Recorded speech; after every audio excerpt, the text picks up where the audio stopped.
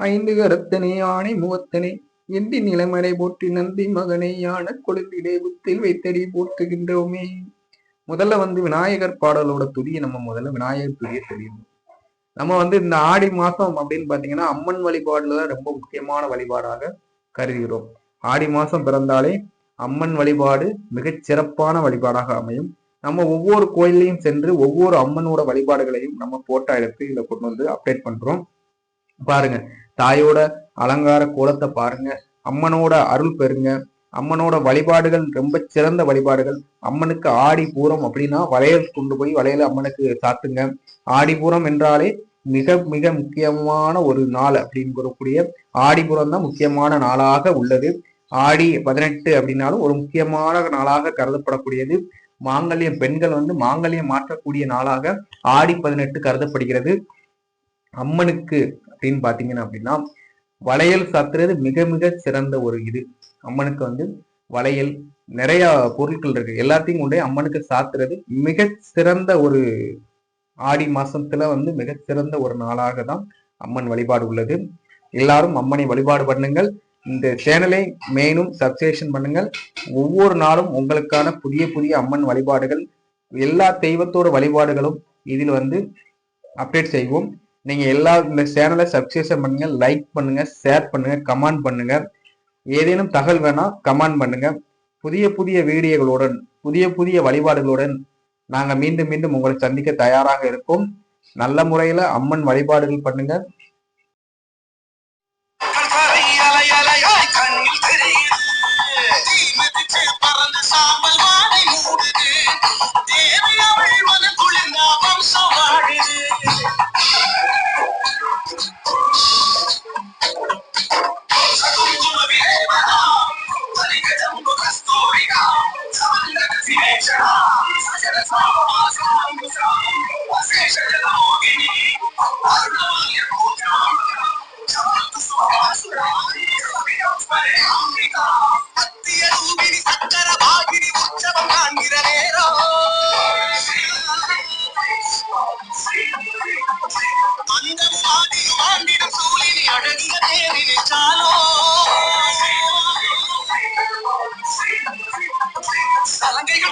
சாகசம் புரிந்திட சாமுடியே உன் வீரம், சூலத்தை எடுத்திட சூழ்பகை ஒழுங்கிடும் ஜெய ஜெய சங்கடி கோலம்.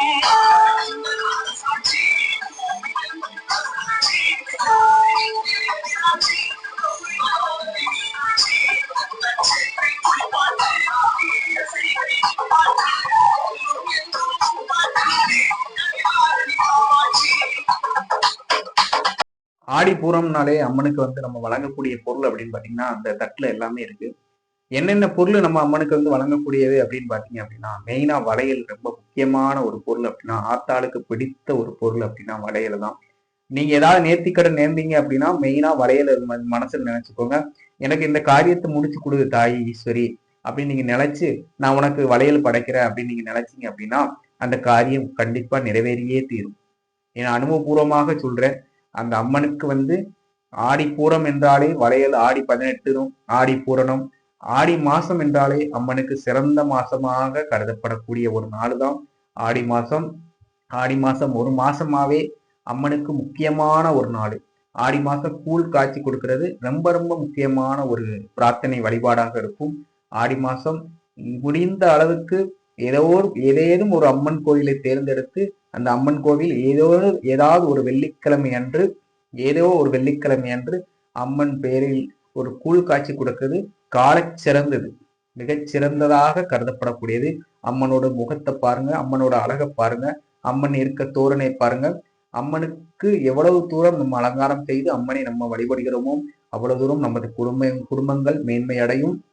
அம்மன் வழிபாடு அப்படின்னாலே ஆடி மாதம் தான். ஆடி மாதம் அம்மன் வழிபாடை சிறப்பாக வழிபடுங்கள், சிறந்த முறையில் வழிபாடு செய்யுங்கள். ஆடி மாதம் எடுத்துக்கிட்டீங்க அப்படின்னா ஏதேனும் ஒரு வெள்ளி அல்லது செவ்வாய் ஏதாவது ஒரு வெள்ளிக்கிழமை அல்லது செவ்வாய்க்கிழமை நீங்க தேர்ந்தெடுத்து உங்களுக்கு அருகாமையில் உள்ள அம்மன் கோயிலுக்கு நானும் சென்று அங்க மெயினா நீங்க செய்ய வேண்டிய ஒரு விஷயம் அப்படி என்னன்னு பாத்தீங்கன்னா வளையல், மஞ்சள் கயர், குங்குமம், இது அனைத்தையும் அம்மன் காலடியில் படைக்கப்பட்டு அங்கு வரும் பக்தர்களுக்கு நீங்க வந்து அதை அப்படியே அவங்களுக்கு ஒவ்வொரு செட்டாக நீங்க கொடுத்தீங்க அப்படின்னா உங்க வாழ்வின் மேன்மையிடம் உங்களுக்கு ஏற்பட்ட தோஷங்கள் எல்லாமே நீங்கும்ங்கிறது வந்து ஒரு ஐதீகமாக கருதப்படுகிறது. அதனால நீங்க வந்து மெயினா ஆடி மாசத்தை வந்து தேர்ந்தெடுங்க. அம்மனுக்கு வந்து ஆடி மாசத்தை தேர்ந்தெடுத்து அம்மனுக்கு தேவையான அபிஷேக பொருட்கள் உங்களால எவ்வளவு முடியும், எவ்வளவோ உங்களால எல்லா அபிஷேக பொருளும் வாங்கி கொடுக்க முடியும்னு நீங்க நினைச்சீங்க அப்படின்னா எல்லா பொருளையும் வாங்கி கொடுங்க, தவறு கிடையாது. எந்த மெயினா அம்மனுக்கு வந்து அபிஷேக பொருள் வாங்கி கொடுக்க ரொம்ப முக்கியமான ஒரு இடம்.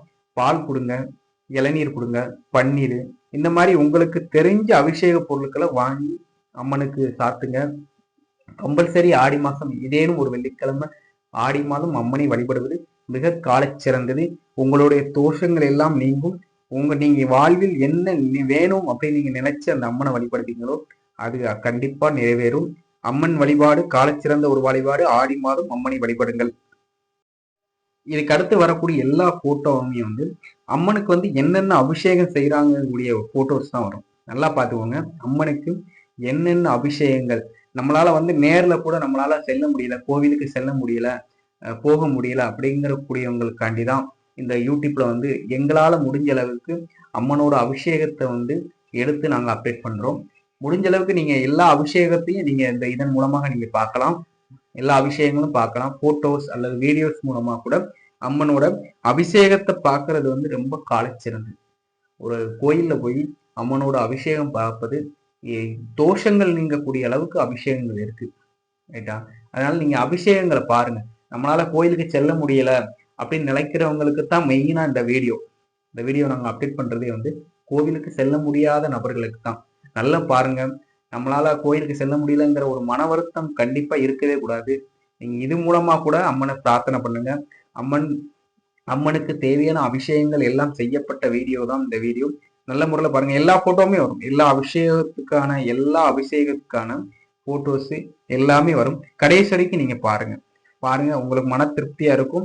நல்ல முறையா நீங்க இறைவனை ஆடி மாசம் கும்பிட முடியலனாலும் பிரச்சனை இல்லை. எல்லா மாதங்களும் கால சிறந்த மாதம் தான். நீங்க போய் இறைவனை வழிபாடுங்கள். எல்லா பூஜைக்கான வீடியோவும் நமது சேனல்ல வரும்.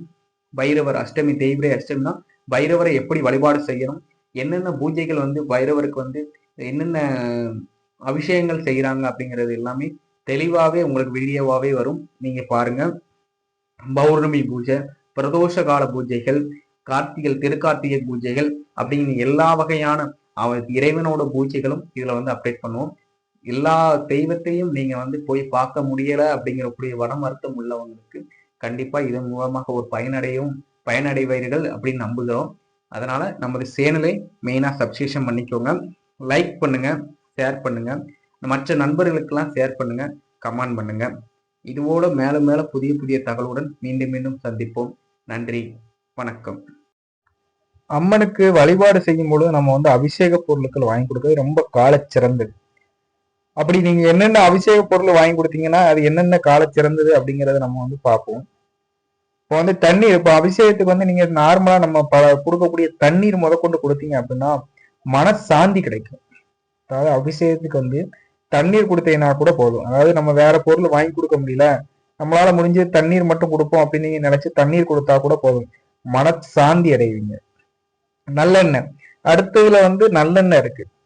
சாமிக்கு வந்து அபிஷேகம் பண்ணக்கூடிய நல்லெண்ணெயை வந்து நீங்க சாமிக்கு வந்து கொடுத்தீங்க அப்படின்னா நல்லெண்ணெய் கொடுக்கறதுனால உங்களுக்கு வந்து பக்தி அதிகமாகும். அதாவது வந்து நல்லெண்ணெய் இறைவனுக்கு வழிபாடுக்கு வந்து கொடுக்கும் பொழுது பக்திகள் அதிகமாகும். சந்தானிய தைலம்னு சொல்லக்கூடிய ஒரு சந்தானிய தைலம் இருக்கு. அது வந்து பைரவருக்கு வந்து அதிகமாக கொடுக்கக்கூடிய தைலம் தான் சந்தானிய தைலம். அதிகமா பிடிக்கக்கூடியது, அதாவது பைரவருக்கு அதிகமாக பிடிக்கும் அப்படின்னு சொல்லக்கூடிய ஒரு தைலம் அப்படின்னா அது சந்தானிய தைலம் தான். இந்த சந்தானிய தைலத்தை வந்து நீங்க வாங்கி சாமிக்கு கொடுக்கும் பொழுது உங்க வாழ்வில் வந்து சுகம் ஏற்படும். வாழ்வில் துன்பங்கள் அகன்று சுகங்கள் ஏற்படும். அதான் இந்த சந்தானிய தைலத்தோட மகிமை. அடுத்து வாசனை திரவியங்கள். அப்புறம் வாசனை திரவியம் நீங்க கொடுக்கும்போது உங்களுடைய ஆயுள் வலிமை பெறும். உங்களுடைய நீண்ட ஆயுள் வந்து வலிமை பெறும். உங்களோட ஆயுள் காலம் வந்து கூடும் அப்படிங்கிறத சொல்றேன். மஞ்சள் பொடி அப்படி கொடுத்தீங்க அப்படின்னா, மஞ்சள் பொடி கொடுக்கறதுனால மங்களகரமான நிகழ்ச்சிகள் நிறைய நடைபெறும். ராஜவசியம் அப்படின்னு சொல்லக்கூடிய மங்களகரமான விஷயங்கள் நிறைய ஏற்படும். நெய் அப்படி நீங்க கொடுத்தீங்க அப்படின்னா மோட்சம் உண்டாகும். மோட்சம் அப்படிங்கிறது வந்து நெய் கொடுக்கறதுனால ஏற்படக்கூடியது வந்து மோட்சம். பஞ்சாமிர்தம், பஞ்சாமிர்தத்துக்கு வந்து நம்ம எல்லா பழங்களும் வாங்கி அதை நறுக்கி பஞ்சாமிர்தமாக தயார் பண்ணி கொடுத்தோம் அப்படின்னா தீர்க்காயுள், இது வந்து ஆயுளோட பழமை வந்து ஆயுள் வந்து நல்ல நீண்ட ஆயுளாக அமையும். ஆனா தீர்க்காயுள்னு கொடுத்துருக்காங்க. தீர்க்காயுள் அப்படிங்கிறது வந்து பஞ்சாமிர்தம் நீங்க இறைவனுக்கு வாங்கி கொடுக்கறதுனால ஏற்படக்கூடிய ஒரு நல்ல ஒரு இது வந்து தீர்க்காயுள். தேன், தேன் கொடுத்தீங்க அப்படின்னா, தேன் வாங்கி இறைவனுக்கு வழிபாடு செய்யும் பொழுது, பூஜைகள் நடக்கும் பொழுது தேன் வாங்கி கொடுக்கும் பட்சத்துல வந்து உங்களுக்கு வந்து வளமை, இசை, அதாவது சங்கீதம், அதாவது வந்து தேன் வாங்கி கொடுக்கறதுனால ஏற்படக்கூடியதுதான் ஒரு நல்ல ஒரு இது வந்து ஏற்படும். வாழைப்பழம் அப்படி நீங்க வாங்கி கொடுத்தீங்க அப்படின்னா, இறைவனுக்கு வந்து வாழைப்பழம் படைக்கும் பொழுது நமக்கு ஏற்படக்கூடிய நன்மைகள் அப்படின்னு பாத்தீங்கன்னா பயிர் விருத்தி ஆகும். மாம்பழம் வாங்கி கொடுத்தீங்க அப்படின்னா சகல வசியமும் உண்டாகும் மாம்பழம் வாங்கி கொடுக்கறதுனால. பலாப்பழம் வாங்கி கொடுத்தீங்கன்னா அப்படின்னா உலக வசியம். திராட்சை பழம் அப்படின்னா பயம் நீக்குதல். முக்கியமான ஒரு இது வந்து திராட்சை பழம். திராட்சை பழத்தை நீங்க வாங்கி கொடுக்கறதுனால வந்து பயம் வந்து நீங்குது அப்படிங்கிறத வந்து குறிப்பிட்டிருக்காங்க. ஆனா பயப்படாம இருக்கணும். ஒரு வேலையை செய்யறோமோ, ஒரு எதை செய்யறவா இருந்தாலும் கொஞ்சம் பயம் இல்லாமல் இறைவனோடு மனதோடு இணைந்து நம்ம வந்து ஒரு வேலையை நம்ம செய்தோம் அப்படின்னா அந்த வேலை வந்து கண்டிப்பா வெற்றி அடையும். அந்த வெற்றி அடையும் அந்த ஒரு வேலையை நம்ம ஆரம்பிக்கும் பொழுது நம்ம உடம்புல வந்து எக்காரணத்தை கொண்டும் பயம் ஏற்படக்கூடாது. நம்ம தோல்வி அடைஞ்சிருவோமோ அப்படிங்கிற ஒரு நிலைமை வந்து நம்ம மனசுல வந்து தோணக்கூடாது. அதுக்காண்டிதான் வந்து திராட்சை பழம் வாங்கி கொடுத்து நீங்க இறைவனை வழிபாடு செய்வீங்க அப்படின்னா அந்த பயம் நீங்கும். ஒரு தொழிலை தொடங்கவோ பயம் இல்லாம தொடங்கணும். அதுக்குதான் அந்த திராட்சை பழம். மாதுளம்பழம் அப்படின்னு பாத்தீங்கன்னா பகை நீக்கும். மாதுளம்பழம் வாங்கி நீங்க கொடுத்து இறைவனை வழிபாடு செய்யும் பொழுது பயம் வந்து நீங்கும். பயம் வந்து கம்பல்சரி நீங்கும்.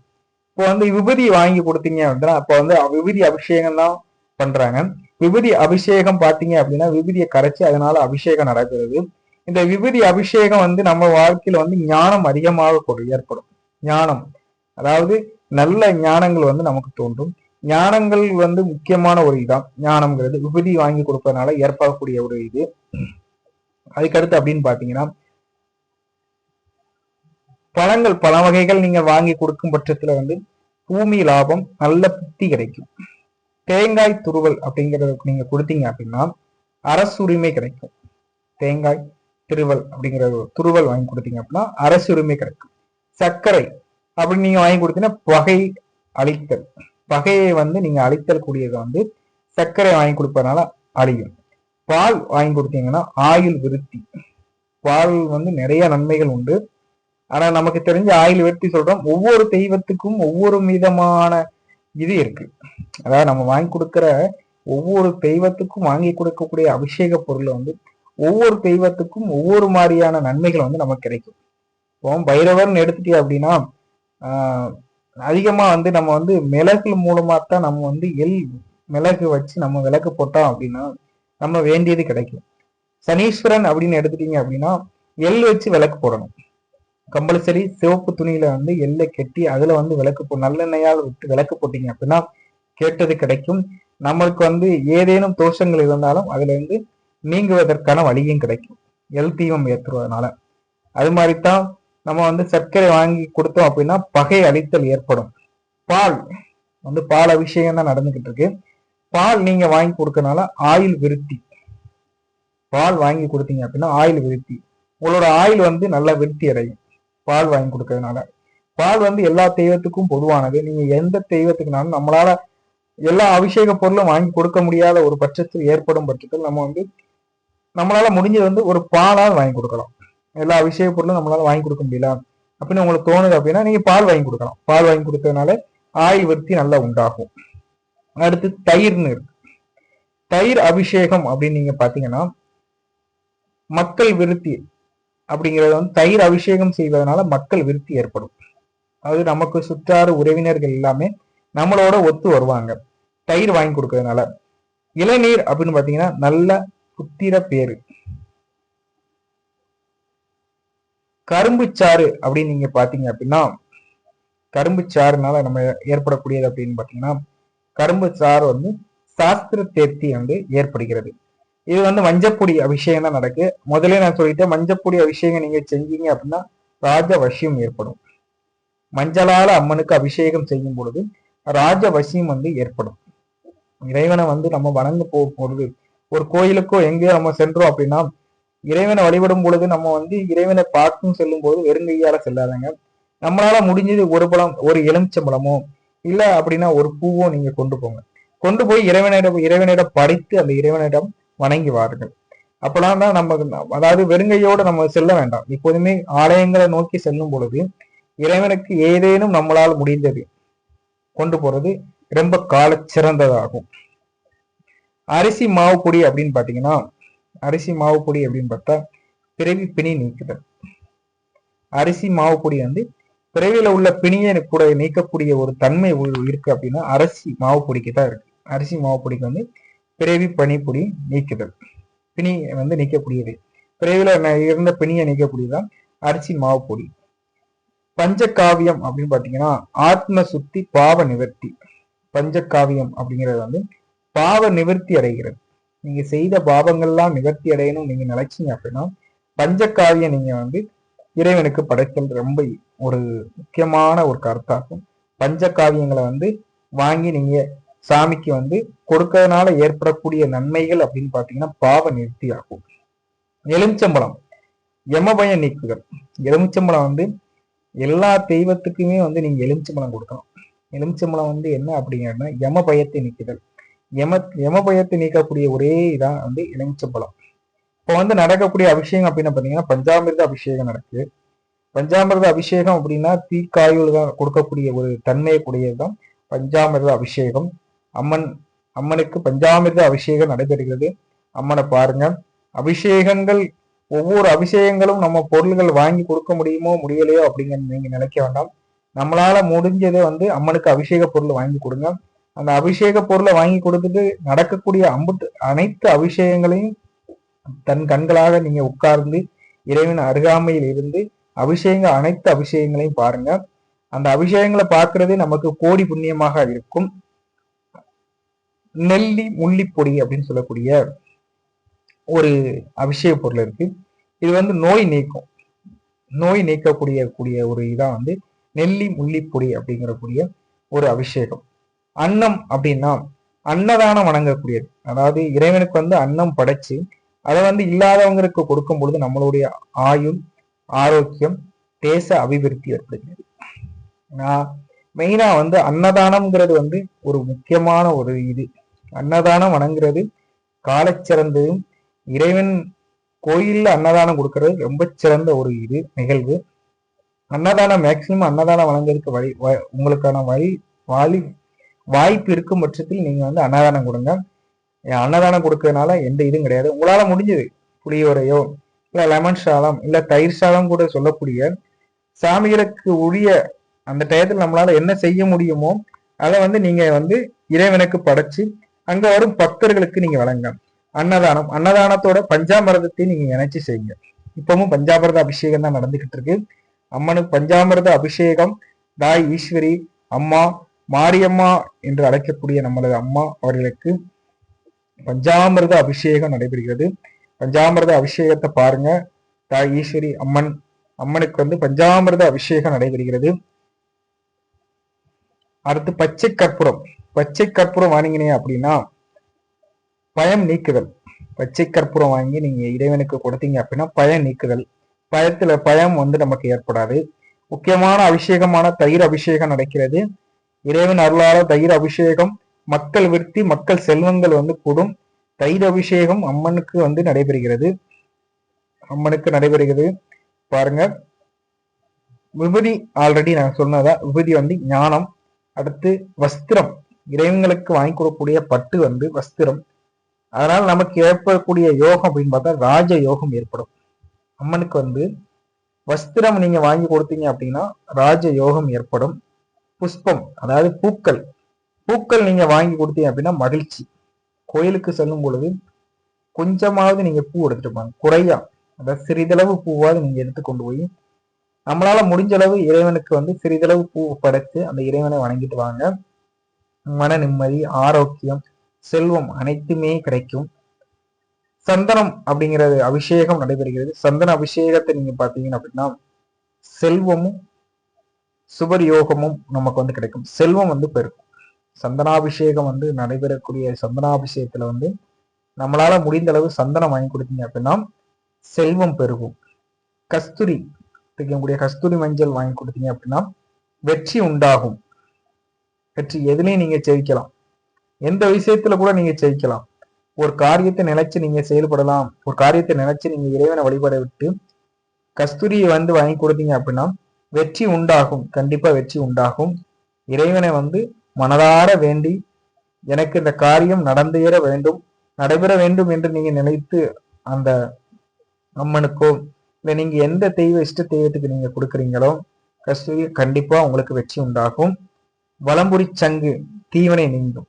வலமுறை சங்கை வந்து இறைவனுக்கு நீங்க படைக்கும் பொழுது, வலமுறை சங்கை வாங்கி கொடுக்கும் பொழுது தீவினைகள் நீங்கும். நம்மளை வந்து தீவினைகள் அண்டாமல் நீக்கக்கூடிய ஒரே வாய்ப்பு வந்து வலமுறை சங்கை நீங்க வாங்கி கொடுங்கள், நீங்கும். சொர்ணம் அப்படின்னா தங்கம், தங்கத்தை நீங்க வாங்கி கொடுக்க இறைவனுக்கு வந்து தங்கத்தை வாங்கி ஆபரணங்கள் வாங்கி நீங்க இறைவனுக்கு கொடுக்கும் பொழுது, அம்மனுக்கோ இல்ல எந்த தெய்வத்துக்கு நீங்க வந்து தங்கம் வாங்கி கொடுத்தீங்கன்னா வைராக்கியம் உண்டாகும். அதாவது இறைவனுக்கு வந்து அபிஷேக பொருட்கள் வாங்கி கொடுப்பதனால நமக்கு ஏற்படக்கூடிய நன்மைகள் எல்லாமே மேல இருந்து பார்த்திருக்கோம். ஒவ்வொரு அபிஷேகத்தையும் நம்ம கண்கொண்டு பார்த்திருக்கோம்.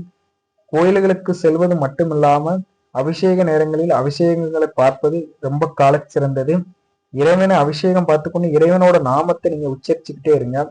இறைவன் நாமத்தை உச்சரிக்க நம்மளுக்கு மேலும் மேலும் பலனும் செல்வங்கள், பிள்ளை செல்வங்கள், உடம்பின் ஆரோக்கியங்கள் அனைத்துமே கிடைக்கும். ஒவ்வொரு கோயில்களுக்கும் செல்லும் பொழுதும் இறைவன் வழிபாடு ரொம்ப கால சிறந்தது. 10 நிமிடமாவது இறைவன் முன் உட்கார்ந்து அமர்ந்து இறைவனை வழிபாடு செய்யுங்கள். இது போன்ற புதிய புதிய தகவலுடன் மீண்டும் மீண்டும் சந்திப்போம். நன்றி, வணக்கம்.